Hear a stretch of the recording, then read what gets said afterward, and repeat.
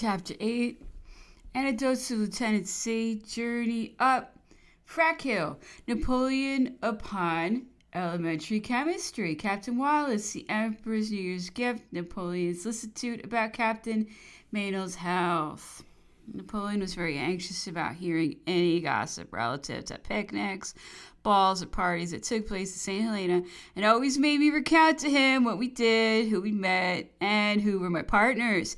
He once asked me who danced the best at the governor's balls, and on my replying Mrs. Wilkes, the governor's lady, he was anxious to know what sort of dances were the fashion there. I described our quadrilles and country dances which had been introduced by Mr. C, the greatest beau that ever came to St. Helena.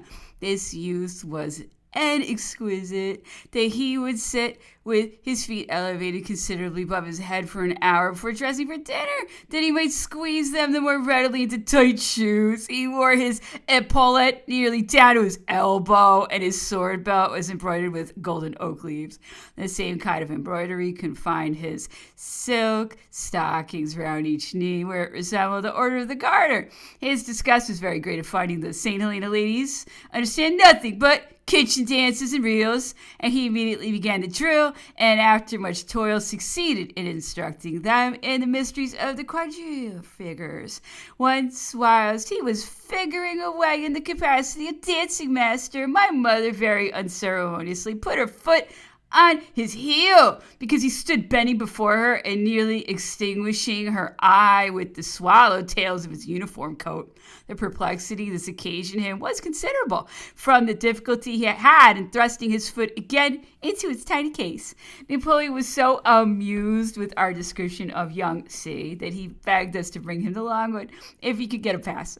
One was accordingly procured, and as the Emperor's eye rested on him, putting on a most comical look, he told him that he had heard from Miss Betsy that he was great dandy, which was anything but pleasing intelligence to the young hero, who began to think he was indebted for the honor of this interview with the great man to the circumstances of his being considered a sort of tomfool. Napoleon, suiting his conversation, which, as I have before said, he always did, to his company, began admiring the cut of his coat and said, "You are more fortunate than myself, for I am obliged to wear my cothurn." This had really been the case, as no cloth could be procured on the island of the shade of green worn by Napoleon and his suite. Young C's interview with the great man, however, ended very satisfactorily to both, for although a little too conceited, he was very gentlemanly, spoke French fluently, and left a pleasing impression on the exile of Longwood. One morning, my father told me he was going to Longwood and had been requested by the Emperor to bring myself and sister to see him, as he had something curious to show us. We were only too happy to obey his wishes, and the next day saw us at Longwood. He reproached us for having so long neglected to pay him a visit, and wished to know why we had absented ourselves so much from him.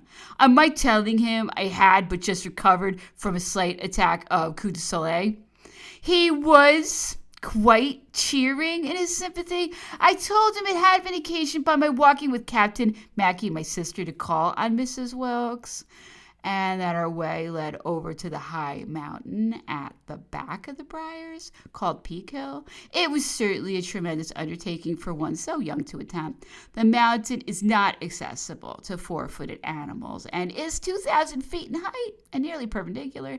Imagine, therefore, our toiling to its summit and descending to the deep valley beneath, crossing Francis Plain and ascending two mountain ridges before terminating our expedition.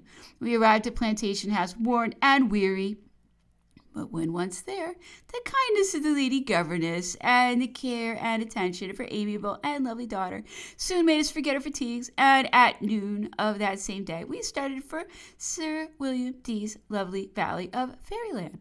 I described all our adventures and the kindness we had received from Mrs. Wilkes at Plantation House and from Miss D at Fairyland.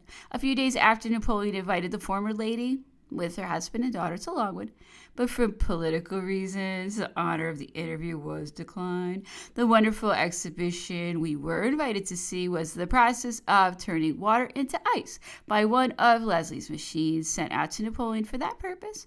He explained the process to us and tried to enlighten me as to the principle upon which air pumps were formed. He advised me, moreover, to get a book upon elementary chemistry for my amusement and improvement, and finished as usual by turning to my father, recommending him to enforce a lesson every day, and directing the good Mr. O'Meara, as he called his doctor, to be my examiner. After making a cup of ice, he insisted upon my putting a large piece into my mouth and laughed to see the contortions it induced from the excessive cold. It was the first ice that had ever been seen at St. Helena, and a young lady, Mr. F., who was with us, would not believe that the solid mass in her hand was really frozen water until it melted and streamed down her fingers.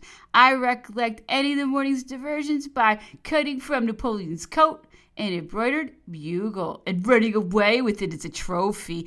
I now regret that I did not keep it, but like most of the other relics and valuable mementos, I gave it away. It was attached to the coat he wore at Waterloo.